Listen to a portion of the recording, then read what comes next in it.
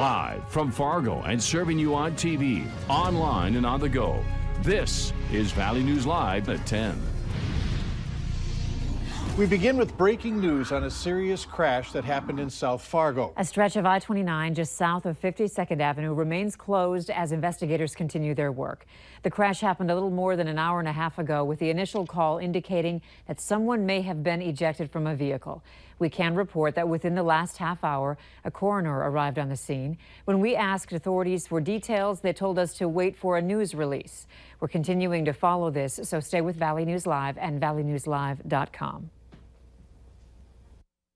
I have had reports from all of our high schools in the 4 counties that I work in reporting that they have seen Juul use and confiscations.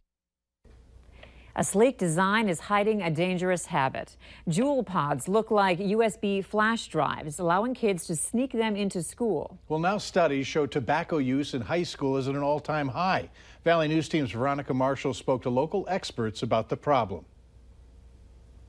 I've seen it around school. I didn't know really what it was. common. You didn't know? I don't know that. I thought it was a USB. These high schoolers are talking about Juul pods, the newest form of electronic cigarettes. Experts say the device is particularly popular because it looks like a flash drive, so students can smoke during class. We've had reports from teachers that they have had a student using the product in their classroom, and they'll have the product sitting right on their desk, and the minute the teacher turns around to the board or steps out, then they can actually inhale the product. They now manufacture hoodies that have like the strings that you can, inhale the smoke through the string, and then you can open up your sleeve and like release that vape air, so it's unnoticeable in class. Local school districts tell us they don't train teachers how to spot Juul pods or other vaping devices, but because the need is so high, some administrators have started reaching out for help. Recently, we've started having our principals start to reach out to us because they're seeing just a huge influx of all kinds of vape devices, not just Juul, but vaping in general is reaching an all-time high here in our high schools. We have been creating presentations to go and give to the teachers, and so therefore we will provide that education, like what is the product, what does it look like? You don't know exactly what this product is if you don't know what to look for. The goal is to stop the addiction now before it leads to bigger problems in the future. Not only is it addicting, but it affects the teen brain in such a way that it slows development, and it also lays a pathway down for future addiction. So it makes it easier to become addicted to other products. Veronica Marshall, Valley News Live. And according to the National Survey on Drug Use and Health, 90% of all adult smokers begin smoking in their teens. Another pleasant evening with a little wind out there. Otherwise, no real problems. Let's find out from Hutch about tomorrow morning's weather. Hutch? As we go through the overnight hours, we're seeing an increase in clouds throughout the valley, and a few showers of rain are possible. And as we take a look at your hour-by-hour forecast, our south winds that have been breezy throughout the evening will shift around and become northerly and be gusty as well. The showers should be gone for most by daybreak. That north wind, though, will keep it brisk outdoors. All details in the rest of your forecast for your Thursday, and we'll have a look at that weekend ahead here in just a moment. All right, thanks, Hutch. The police officer in Minneapolis accused of shooting and killing Justine Damon plans to plead not guilty, according to court documents. Former officer Mohammed Noor intends to use self-defense and an argument for reasonable force in the July shooting of Damon, where he has been charged with third-degree murder and second-degree manslaughter.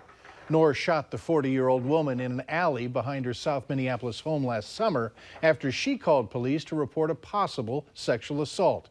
Documents released by investigators state that Noor's partner was startled by a loud sound before Damon approached the driver's side window of the squad car. He told agents that Noor, who was in the passenger seat, shot Damon through the open driver's side window. With the opioid epidemic stretching across the country, the First Lady of North Dakota is making it her mission to help combat addiction. Tonight, Catherine Helgas Burgum was honored by Addiction Policy Forum with an award for her commitment to breaking the stigma surrounding addiction and encouraging people to seek recovery. After struggling with addiction herself, Helgas Burgum says that asking for help is the best decision you can make.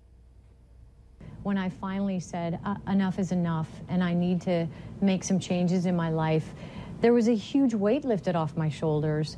You know, to be so open and honest about it has really created a path to a life that I never thought I could ever have. Governor Doug Burgum joined the First Lady in Washington, D.C.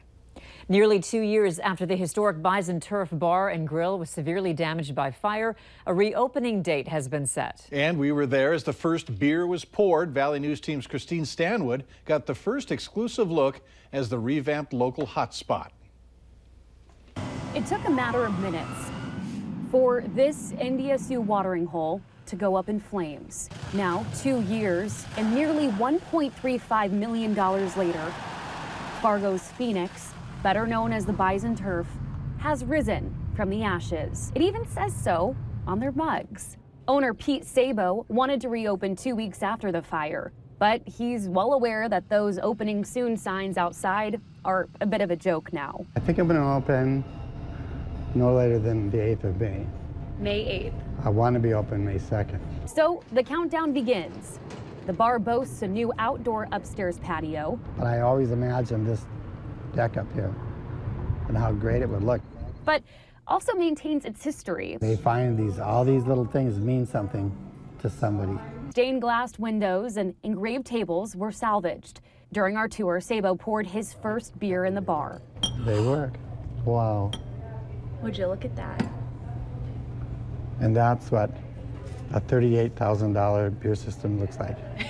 Investigators ruled the July 22nd fire was likely caused by repair work that was conducted on the building earlier in the day. He says shoddy work by those contractors cost him both time and money. So you've already heard all the rumors about people thinking that the fire wasn't a coincidence. And I only tell people what it costs if they're in my face accusing me of taking the money. Because instead of taking the money, I had to spend another almost $400,000. Are you proud? I am. I'm proud how well it turned out, how functional everything is. And now that I poured the first beer here ever at the Turf, how ice cold that beer was. I'm just amazed how well it came out. Tastes good. It's really good. Reporting in Fargo, Christine Stanwood, Valley News Live. Christine spoke with Fargo City inspectors. They say the health department will be there tomorrow. Aside from the hoods on the kitchen being checked on, Sabo just needs to call for his final building inspection. Then the Turf will be able to officially tap the kegs and fire up the grill for everyone. Still to come tonight, McDonald's takes fast food to a whole new level, revealing an international menu for certain customers. Up next, a new way to protect your keyless car from thieves.